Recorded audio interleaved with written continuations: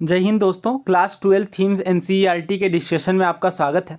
तो थीम 6 तक हमने डिस्कस कर लिया है। ये पार्ट 2 का थीम 7 है और काफ़ी इंपॉर्टेंट टॉपिक यानी विजयनगर किंगडम के बारे में हम डिस्कस करने जा रहे हैं।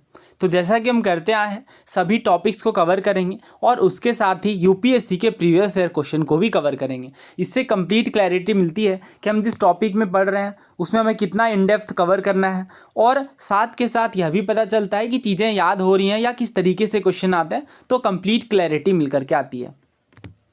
सो उम्मीद है आपने इससे पहले के पार्ट को बिल्कुल अच्छे से कवर कर लिया होगा।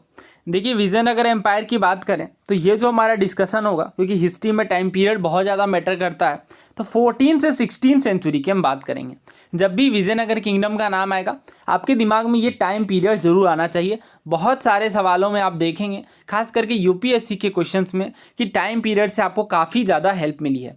तो ये मेरे साइड से एडवाइस रहेगी कि आप जब भी किसी किंगडम को पढ़ें, खास करके 7th सेंचुरी से लेकर 12th सेंचुरी तक, हाँ, इस जो टाइम पीरियड है यानी 7th सेंचुरी के बाद वाला, यहाँ पे काफ़ी सारे किंगडम्स देखने को मिलते हैं। जब गुप्ता डायनेस्टी फॉल करती है और इसके बाद काफ़ी सारे किंगडम हैं, और वो छोटे छोटे किंगडम हैं जो रीजन स्पेसिफिक हैं, तो उनमें भी ईयर जो है, ईयर या सेंचुरी बहुत ज़्यादा मैटर करता है। स्टार्ट करते हैं। विजयनगर एम्पायर की बात करें तो विजयनगर नाम से ही पता चल रहा है सिटी ऑफ विक्ट्री। विक्ट्री का मतलब होता है जीत यानी विजय, और नगर का मतलब होता है शहर, यानी विजयनगर एक ऐसा शहर है जो कहीं ना कहीं विक्ट्री से एसोसिएटेड होगा। तो ये एक सिटी का भी नाम है यानी शहर का भी नाम है, और एक एम्पायर का भी नाम था। अब कौन सा एम्पायर है, कितने बड़े लेवल पे थी, इन चीज़ों को हम समझेंगे। और इस एम्पायर की जो स्थापना ये कब हुई थी, 14th सेंचुरी में हुई थी। और अगर हम बात करें रिवर, देखिए रिवर यहाँ पे बहुत ज़्यादा मैटर करता है। डायरेक्ट क्वेश्चन पूछा गया, अभी हम प्रीवियस ईयर क्वेश्चन को भी कवर करेंगे। तो वहाँ पे आप देखेंगे कि आपसे पूछा जाता है कि विजयनगर एम्पायर किस नदी के तट पर फ्लरिश किया था। ये कृष्णा नदी के तट पर है।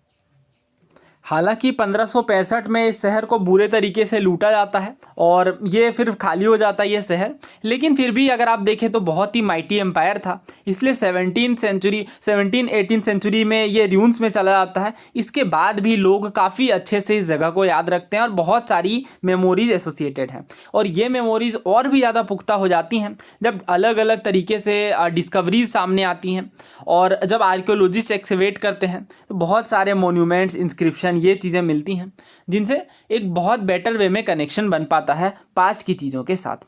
तो यहाँ पे देखिए, कृष्णा तुंगभद्रा दोआब की बात की जा रही है। दोआब का मतलब क्या होता है, दो नदियाँ अगर बहती हैं, इनके बीच के भाग को दोआब कहते हैं। तो कृष्णा और तुंगभद्रा नदियों के बीच का ये एरिया है बेसिकली, और हम्पी के नाम से जाना जाता है। अब हम्पी आपने ज़रूर सुना होगा, और हम्पी के नाम से ये मशहूर है। और ये जो हम्पी नाम है ये डिराइव्ड है लोकल मदर गॉडेस पंपा देवी से। तो ये क्वेश्चन डायरेक्ट पूछा जाता है, ध्यान रखिएगा। हम्पी जो वर्ड है ये कहाँ से डिराइव्ड है, तो मदर गॉडेस पंपा देवी के नाम से डिराइव्ड है। सो जैसा कि अभी हमने डिस्कस किया कि 1565 में इस एम्पायर को र्यून्स में मिला दिया जाता है, और एक तरीके से आप कह लें कि उसके बाद से ये जगह खाली रहती है, और डिस्कवरी के बाद अगेन फिर काफ़ी ज़्यादा चर्चा का विषय बनती है। तो अगर हम बात करें अगेन डिस्कवरी की, तो ये डिस्कवरी होती है 1800 में, और किनके द्वारा की जाती है, तो कर्नल कॉलिन मैकेंजी। ये नाम हमने पहले भी पढ़ा है पिछले चैप्टर्स में भी, और बहुत ही फेमस एक्सकेवेटर हैं साउथ इंडिया के हिस्ट्री की अगर हम बात करें तो ये क्वेश्चन बहुत ही फेवरेट है एग्जामिनर का। अभी हम देखेंगे काफ़ी बार एग्जाम्स में पूछा गया है, सीडीएस में आई थिंक 3-4 बार से ज़्यादा रिपीट किया गया है, और एनडीए, सीएपीएफ, बाकी एग्जाम्स में भी बहुत बार पूछा गया है। तो जो हम्पी के र्यून्स हैं ये प्रकाश में लाए गए किनके द्वारा, तो नाम है इनका कॉलिन मैकेंजी। अब ये नाम बार बार आएगा और अभी हम क्वेश्चन भी कवर करने वाले हैं। और ये ईयर कौन सा है, 1800। यूपीएससी के एग्जाम में तो डायरेक्टली ईयर नहीं पूछा जाएगा, बट अगेन अगर आपको टाइम पीरियड का थोड़ा आइडिया है तो कभी कभी क्रोनोलॉजी वाले क्वेश्चन आते हैं, वहाँ आप आसानी से सॉल्व कर सकते हैं। अब अगर हम बात करें मैकेंजी की, तो ईस्ट इंडिया कंपनी के ये एम्प्लॉई थे, और सबसे पहले इन्होंने एक मैप ड्रॉ करा जो सर्वे मैप था, ताकि ये अच्छे से अंदाज़ा लगा पाएँ और डिस्कवरी को आसान बना सकें। बहुत सारे जो इनिशियल इन्फॉर्मेशन इन्हें मिले, ये प्रीस्ट की जो मेमोरीज़ थी, जो विरूपाक्ष टेम्पल के प्रीस्ट हैं, इनकी मेमोरीज़ के आधार पर इन्होंने इन्फॉर्मेशन ली, और उसके अकॉर्डिंग फिर इन्होंने मैप तैयार किया। और जो श्राइन है पंपा देवी का, वहाँ से भी काफ़ी सारी इन्फॉर्मेशन इनके द्वारा ली गई। 1856 में अगर हम बात करें तो फोटोग्राफर्स ने मॉन्यूमेंट्स को रिकॉर्ड करना शुरू किया, जिनसे स्कॉलर्स को काफ़ी अच्छा आइडिया मिला। तो ये डिस्कवरी 1800 के अराउंड स्टार्ट हो गई और 1856 यानी लगभग 50-60 सालों के बाद काफ़ी बेहतर ढंग से यहाँ पे मॉन्यूमेंट्स वगैरह रिकॉर्ड किए गए।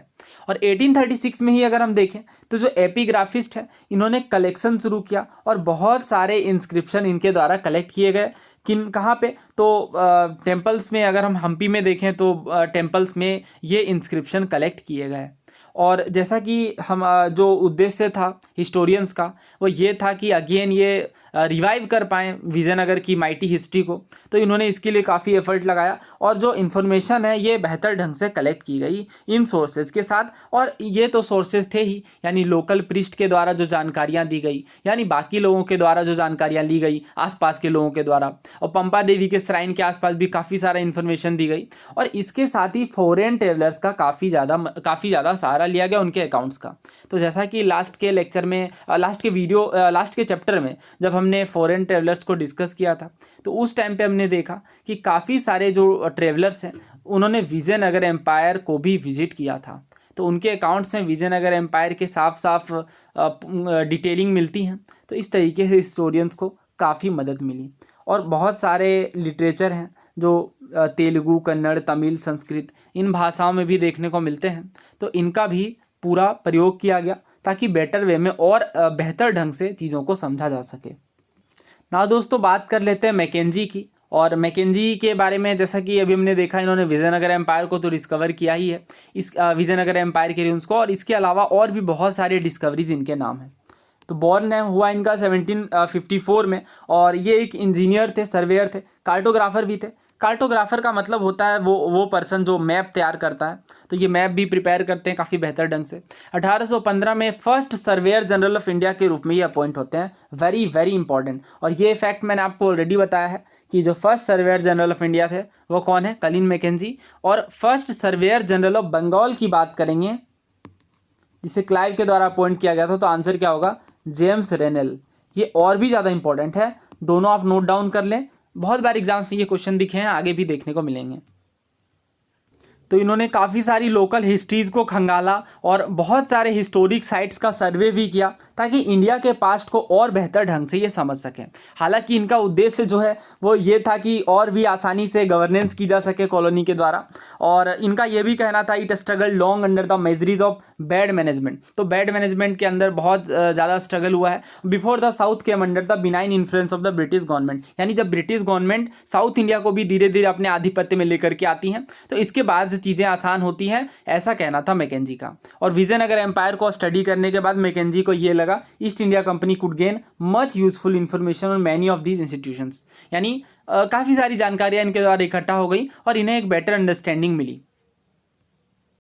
अब सवालों का सिलसिला शुरू करते हैं। ये CDS का क्वेश्चन है, CDS 2023 का, यानी मोस्ट रिसेंट CDS के पेपर का है। वीडियो पोस्ट करना है आपको, खुद से पहले क्वेश्चन अटेम्प्ट करना है और उसके बाद फिर एक्सप्लेनेशन सुननी है। देखिए क्या पूछा जा रहा है कि किन दो नदियों के बीच गुलबर्गा और विजयनगर हम्पी का किंगडम देखने को मिला। नर्मदा और गोदावरी नदियों के बीच, महानदी और गोदावरी के बीच, कावेरी और पेरियार के बीच, या कृष्णा और तुंगभद्रा के बीच। इसका आंसर क्या है? Obviously answer is option D, that is Krishna and Tungabhadra. और ये चीज़ डायरेक्टली NCERT से अभी हमने ये कवर भी किया। आगे चल के हम मैप भी देखेंगे, मैप में लोकेट करेंगे तो और भी अच्छे से आपको याद हो जाएगा। फिलहाल आप समझिए कृष्णा और तुंगभद्रा के दोआब, यानी कृष्णा और तुंगभद्रा नदियों के बीच विजयनगर एम्पायर देखने को मिला। अब देखिए जहाँ से भी सवाल देखने को मिलेगा या कोई इंपॉर्टेंट फैक्ट होगा तो मैंने हाईलाइट कर दिया ताकि जब आप दोबारा पढ़ें तो एक्स्ट्रा इन्फॉर्मेशन से बच जाएं और डायरेक्टली उन्हीं पॉइंटर्स को रिवाइज करें जब एग्ज़ाम काफ़ी पास आ जाए। और इस तरीके से हमने 6 चैप्टर तक कवर भी कर लिया है। 4 चैप्टर तक की मैंने PDF प्रोवाइड कर दी है। 5th चैप्टर की मैं आज ही डाल दूंगा, टेलीग्राम चैनल आप ज्वाइन कर लें। और 6 चैप्टर की भी जैसे ही ख़त्म होती है हम कवर करेंगे। वैसे ये थीम 7 है तो 5th और 6th वाली मैं प्रोवाइड करता हूँ और थीम 7 का भी जल्दी हम कवर करते हैं। नेक्स्ट क्वेश्चन देखिए, the ruins of Vijayanagar at Hampi were brought to light in 1800 by. तो जो विजयनगर के रूइंस हैं ये किनके द्वारा प्रकाश में लाए जाते हैं? मैकेंजी के द्वारा, जॉन सोर के द्वारा, एंड्रू फ्रेजर के द्वारा या जॉन मार्शल के द्वारा। तो अभी हमने ये कवर करा है ये मैकेंजी के द्वारा विजयनगर एम्पायर के र्यून्स को सामने लाया जाता है। बट यहाँ पे ये बात इंपॉर्टेंट है कि ये काफ़ी बार एग्जाम्स में पूछा गया है। आई थिंक ये CDS 2021 में भी पूछा गया है, NDA 2019 में पूछा गया है, बहुत सारे एग्जाम्स में ये पूछा गया है। तो आंसर क्या है? Colin McKenzie. Now next discuss करते हैं राय, नायक एंड सुल्तान।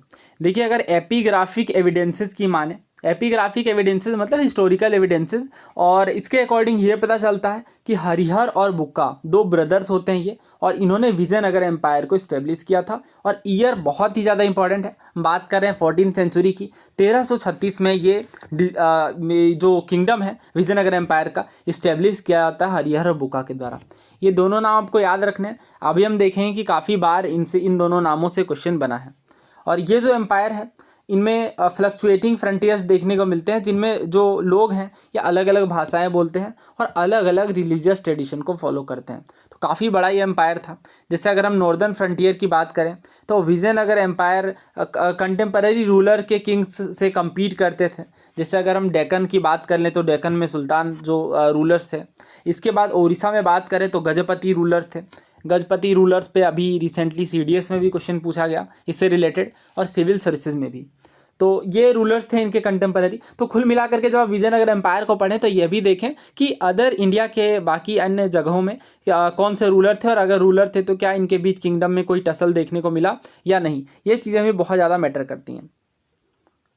ना आगे अगर बात करें, हाँ, तो बेसिकली इनके बीच जो वॉर्स होते थे या जब भी कोई युद्ध होता था तो बेसिकली कारण उसका यही था कि कंट्रोल किया जा सके जो फर्टाइल रिवर वैलीज हैं या जो रिसोर्सेज हैं या जो जनरेट हो रहे हैं। और ट्रेड का देखिए काफ़ी बड़ा रोल था, काफ़ी ज़्यादा फ़ायदा ट्रेड से निकल करके आता था। इसलिए चाहते थे कि रिवर वैलीज, जो फर्टाइल रिवर वैलीज हैं या जो रिसोर्सेज हैं उन्हें कंट्रोल किया जा सके।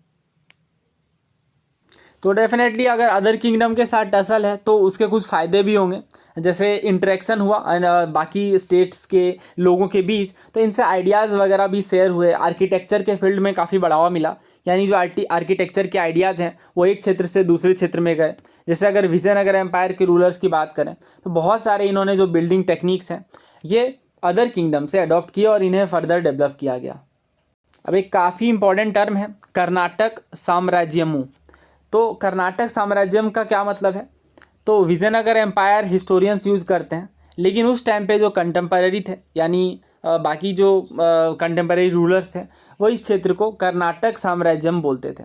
तो ये बहुत ही ज़्यादा इंपॉर्टेंट है। डायरेक्ट क्वेश्चन एग्जाम में पूछा जाता है कि विजयनगर एम्पायर को कंटेम्पररी जो हैं ये किस नाम से कहते थे, तो आंसर होगा कर्नाटक साम्राज्यम। अब काफ़ी आसानी से आप याद रख सकते हैं अगर आप मैप देखें।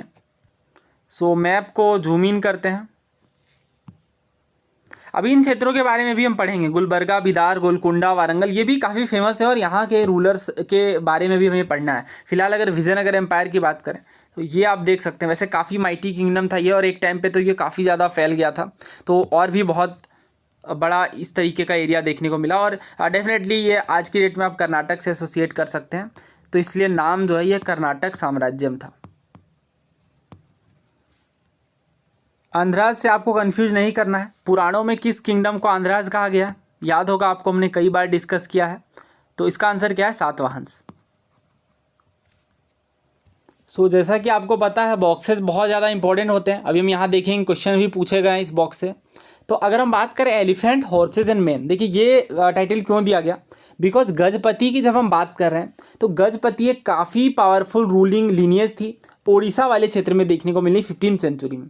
ये गजपति रूलर्स कहलाते हैं बेसिकली, और ये विजयनगर एम्पायर से डेफिनेटली एसोसिएटेड है। और अगर डेक्कन सुल्तान्स की बात करें तो इन्हें कहा जाता था अश्वपति। अश्व का मतलब हॉर्स होता है तो संस्कृत में, और इसलिए डेक्कन सुल्तान्स को अश्वपति कहा जाता है, यानी लॉर्ड ऑफ हॉर्सेस। और जो रायज हैं, अभी राय के बारे में हम पढ़ने वाले हैं, इन्हें नरपति कहा जाता था। नरपति का मतलब है लॉर्ड ऑफ मैन।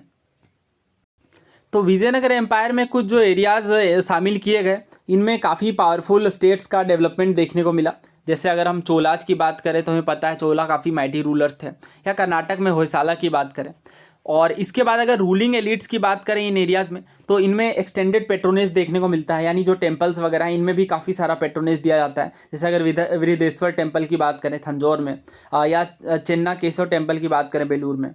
और जो विजयनगर एम्पायर के रूलर्स हैं ये खुद को राय कहते थे, यानी राय के रूप में डिस्क्राइब करते थे। जैसे रूलर्स का नाम भी आप देख सकते हैं, रामा राय, देवा राय या कृष्ण देवा राय, एक अलग से रूलर थे देवा राय फर्स्ट। तो अभी हम इनके बारे में भी पढ़ेंगे। फिलहाल आप ये समझिए कि विजयनगर के रूलर्स को क्या कहा जाता था, तो राय कहा जाता था। और राय का मतलब क्या है ये भी समझ लीजिए, नरपति। बहुत ही ज़्यादा इंपॉर्टेंट है और इसे ज़रूर ध्यान रखिए, नोट डाउन कर लीजिए कि डेक्कन सुल्तान को अश्वपति। इसके बाद अगर बात करें विजयनगर एम्पायर के रूलर्स की तो इन्हें कहा जाता था नरपति, और गजपति अलग से रूलर्स हैं और ये उड़ीसा में काफ़ी पावरफुल रूलिंग लिनिएज थी। ना वीडियो पॉज करके इस क्वेश्चन का आंसर दीजिए। देखिए कहा जा रहा है कि जो कौन सा किंगडम है दो भाइयों हरिहर और बुक्का के द्वारा फाउंड किया गया। ऑप्शन है हमारे पास बहमनी, विजयनगर, मालवा या मराठा। बहुत ही स्ट्रेट फॉरवर्ड और आसान सवाल है। इसका आंसर क्या है, विजयनगर एम्पायर। और 1336 में 1336 में ये हरिहर एंड बुक्का के द्वारा इस्टेब्लिश किया जाता है। और ये देखिए एनडीए में तो पूछा गया है, इसके अलावा बहुत सारे एग्जाम्स में पूछा गया है, बट अगेन उन्हीं सवालों को रिपीट करने का कोई मतलब नहीं। यही डायरेक्टली पूछा जाता है कि विजयनगर एम्पायर किनके द्वारा फाउंड किया गया। तो या तो ऐसे पूछ लेंगे कि विजयनगर एम्पायर किनके द्वारा फाउंड किया गया, तब तो आंसर आपको हरिहर एंड बुक्का कहना है। और अगर उल्टा पूछेंगे, जैसे यहाँ पे पूछा गया रूलर्स का नाम दे दिया गया है, तो फिर आंसर विजयनगर टिक करना है। और ये क्वेश्चन सिविल सर्विसेज में भी काफ़ी पहले पूछा गया था कि किनके द्वारा विजयनगर एम्पायर को इस्टेब्लिश किया गया। तो एनडीए 2022 में भी देखिए पूछा गया था कि विजयनगर एम्पायर किनके द्वारा फाउंड किया गया, हरिहर एंड बुक्का के द्वारा। तो इस तरीके से बार बार रिपीट हो रहे हैं ये सवाल। नाउ नेक्स्ट हम डिस्कस करेंगे किंग्स एंड ट्रेडिशर्स के बारे में और किंग्स एंड ट्रेडर्स के बारे में। और ये भी काफ़ी इंपॉर्टेंट है, यहाँ से भी काफ़ी सारे क्वेश्चन देखने को मिले हैं टर्म्स वगैरह के ऊपर। तो उन सब क्वेश्चंस को भी कवर करेंगे, बट ये हम नेक्स्ट वीडियो में करेंगे, बिकॉज किंग्स एंड ट्रेडर्स पर काफ़ी लंबा डिस्कशन है। इसके बाद किस तरीके से जो शिखर तक ये एम्पायर पहुँचती है फिर डिक्लाइन होने लगता है, इन चीज़ों को भी डिस्कस करेंगे। और यहाँ से तो डायरेक्ट क्वेश्चन देखने को मिले हैं कई बार। बात कर रहे हैं हम बैटल ऑफ तालीकोटा की, जिसे बैटल ऑफ राक्षस तांगड़ी के नाम से भी जाना जाता है। सो लास्ट के चैप्टर की हाईलाइटेड पीडीएफ मैं चैनल पे शेयर कर दूंगा, टेलीग्राम चैनल पे, लिंक डिस्क्रिप्शन बॉक्स में, वहाँ से आप ज्वाइन कर लें। और चैनल पर नए हैं तो ज़रूर सब्सक्राइब करें, अपने दोस्तों के साथ भी शेयर करें। प्रीवियस ईयर सीरीज़ के लिए बहुत लोग कह रहे थे, तो देखिए सिविल सर्विसेज की लास्ट 4 ईयर की एनालिसिस हमने ऑलरेडी कवर कर ली है और 1-2 सालों के और हम जल्दी कवर करेंगे। इसके अलावा अगर बात करें सीडीएस की तो आई थिंक 2018 तक हमने कवर कर लिया। तो इस तरीके से लगभग 5-6 सालों में जो 10-12 बार जो पेपर हुए हैं उन सबको हमने डिस्कस किया है।